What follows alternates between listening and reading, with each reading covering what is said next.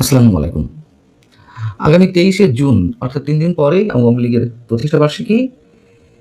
আওয়ামী লীগের এই প্রতিষ্ঠা বার্ষিকীকে সামনে রেখে পুলিশ সদর দপ্তরের পক্ষ থেকে সারা দেশের পুলিশকে একটি জরুরি বার্তা দেওয়া হয়েছে। ওই বার্তায় প্রয়োজনীয় সতর্কতার পাশাপাশি নিরাপত্তামূলক ব্যবস্থার জোরদারের নির্দেশ দেওয়া হয়েছে।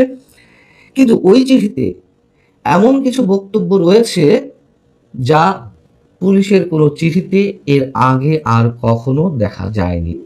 আবার অন্যদিকে বিশেষভাবে আওয়ামী লীগের রাজনৈতিক কার্যক্রমকে কেন্দ্র করে গত ২ বছরের মধ্যে যে ধরনের আ চিঠি এর আগে দেওয়া হয়েছে পুলিশের বিভিন্ন পর্যায়ে বা যে ধরনের বক্তব্য দেওয়া হয়েছে পুলিশের পক্ষ থেকে, তার থেকে এই চিঠির কোনো বক্তব্য আরো বেশি নমনীয়।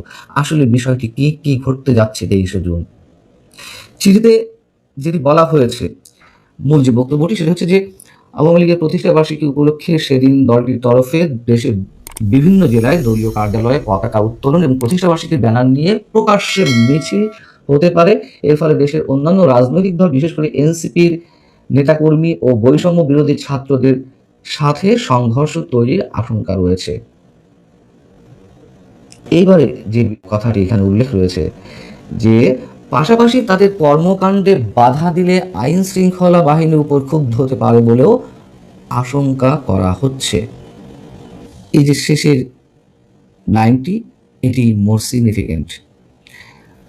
এই বিষয়ে গণমাধ্যমের পক্ষ থেকে পুলিশের ঊর্ধ্বতন কর্মকর্তাদের বক্তব্য জানতে চাওয়া হয়েছে। তারা বলছে যে একাধিক গোয়েন্দা সংস্থার প্রতিবেদন থেকে আগাম সতর্কতার অংশ হিসেবে সারা দেশে ওই বার্তা দেওয়া হয়েছে। যদিও সংঘর্ষের কোনো আশঙ্কা নেই, তারপরেও পুলিশ সতর্ক, নিরাপত্তামূলক ব্যবস্থা নেওয়া হয়েছে। যেটি বলুক না কেন, এই যে বলা হলো যে আইন শৃঙ্খলা রক্ষাকারী বাহিনীর উপরে ক্ষুব্ধ হতে পারে কারা? আওয়ামী লীগের নেতা কর্মীরা। ক্ষুব্ধ হয়ে কি ঘটতে পারে? তার মানে কি পুলিশ আতঙ্কে রয়েছে? আইন শৃঙ্খলা বাহিনীর উপরে ক্ষুব্ধ হতে পারে, যেটি বলছিলাম যে এই ধরনের শব্দ এর আগে আমার জানা মতো পুলিশের আর কোনো চিঠিতে, সেটা আওয়ামী লীগকে কেন্দ্র করে হোক বা অন্য কোনো বিষয়কে কেন্দ্র করে হোক, এ ধরনের শব্দ চয়ন আমরা দেখিনি। একটি বিষয় মনে করে দিতে চাই যে ছাত্রলীগের সভাপতি কদিন আগে একটি ভিডিও বার্তা দিল। সেখানে বলা হয়েছিল যে ছাত্রলীগ আওয়ামী লীগের নেতাকর্মীদের দিকে ধেয়ে আসছে, যে হাত ছাত্রলীগ আওয়ামী লীগের নেতাকর্মীদের দিকে ধেয়ে আসছে, সেই হাত সময় মতো আমরা গুঁড়িয়ে দিব।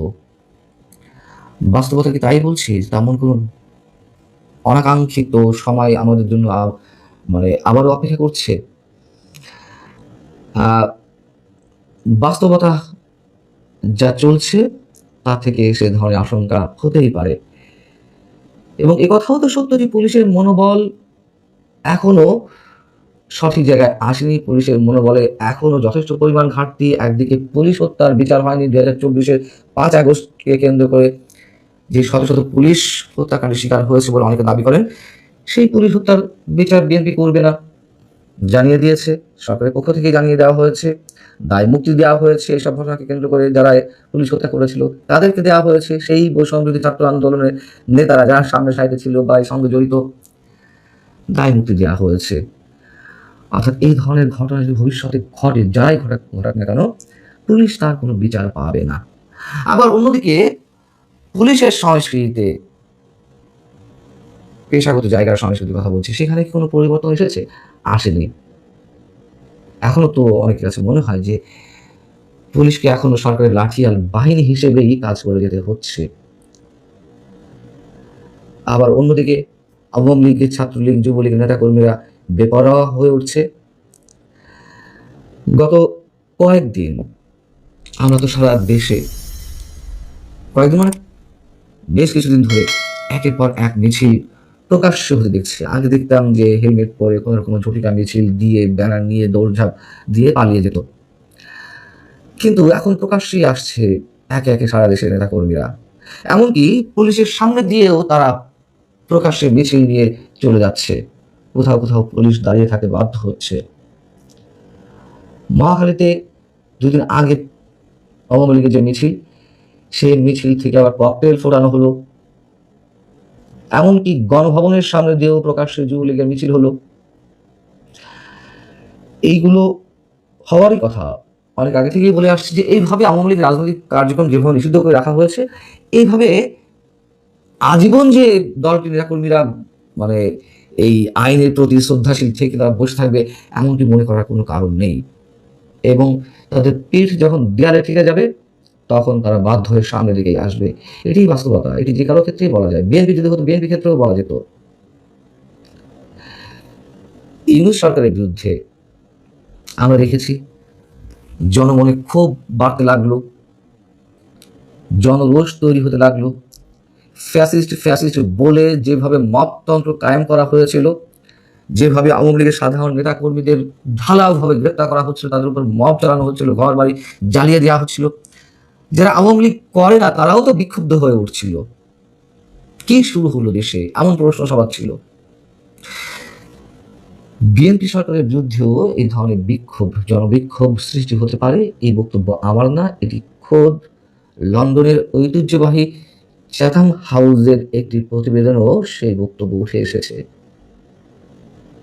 সেখানে বলা হচ্ছিল যে জন আকাঙ্ক্ষা বুঝতে না পারলে বা জনগণের প্রতি দেওয়া প্রতিশ্রুতি বাস্তবায়ন করতে না পারলে বিএনপির বিরুদ্ধেও গণবিক্ষোভ সৃষ্টি হতে পারে। আওয়ামী লীগের অনেক নেতাকর্মীর বিরুদ্ধে অনেক ধরনের অভিযোগ রয়েছে, দুর্নীতি থেকে শুরু করে সন্ত্রাসী কর্মকাণ্ড অবশ্যই অভিযোগ রয়েছে, এবং শুধু অভিযোগ কেন, বাস্তবতাও রয়েছে। আমরা সবাই চাই সেগুলোর বিচার হোক। কিন্তু যেভাবে আওয়ামী লীগকে এক প্রকার নিষিদ্ধ করে রাখা হয়েছে, মানে আওয়ামী লীগ থাকবে না, আওয়ামী লীগ নামে কোনো নাম, মানে এই ধরনের কোনো নাম গন্ধ কিছু থাকবে না, সেটিকে একেবারে ভ্যানিশ করে দিতে হবে, এই শক্তিটিকে বাদ দিয়ে তার যে বিরোধী শক্তি আছে তারাই কেবল রাজনীতি করবে, এটি হতে পারে না, এটি হয় না, এটি হয় না। এখনো যেভাবে কোথাও কোথাও ঢালাও গ্রেপ্তার চলছে, এখনো আওয়ামী লীগের নেতাকর্মীদের উপর মব চলছে, ঠিক একইভাবে ইউনূস সরকারের মতন এই সরকারের বিরুদ্ধে জনরোষ সৃষ্টি হতে পারে। বিএনপি হয়তো মনে করছে যে ঠিক আছে, আওয়ামী লীগ বিহীন অবস্থায় তারা সরকার পরিচালনা করবে একটু শান্তিতে বা কিংবা একটু স্বস্তির সাথে। যদি এই ধরনের ধারণা কাজ করে থাকে, অবশ্যই ভুল মানে হচ্ছে। অবশ্যই বিএনপির এই হিসেব নিকেশের মধ্যে অনেক ধরনের বিভ্রান্তি রয়েছে। শুধু বিভ্রান্তি নয়, এটি তাদের জন্য বুমেরাং হতে পারে।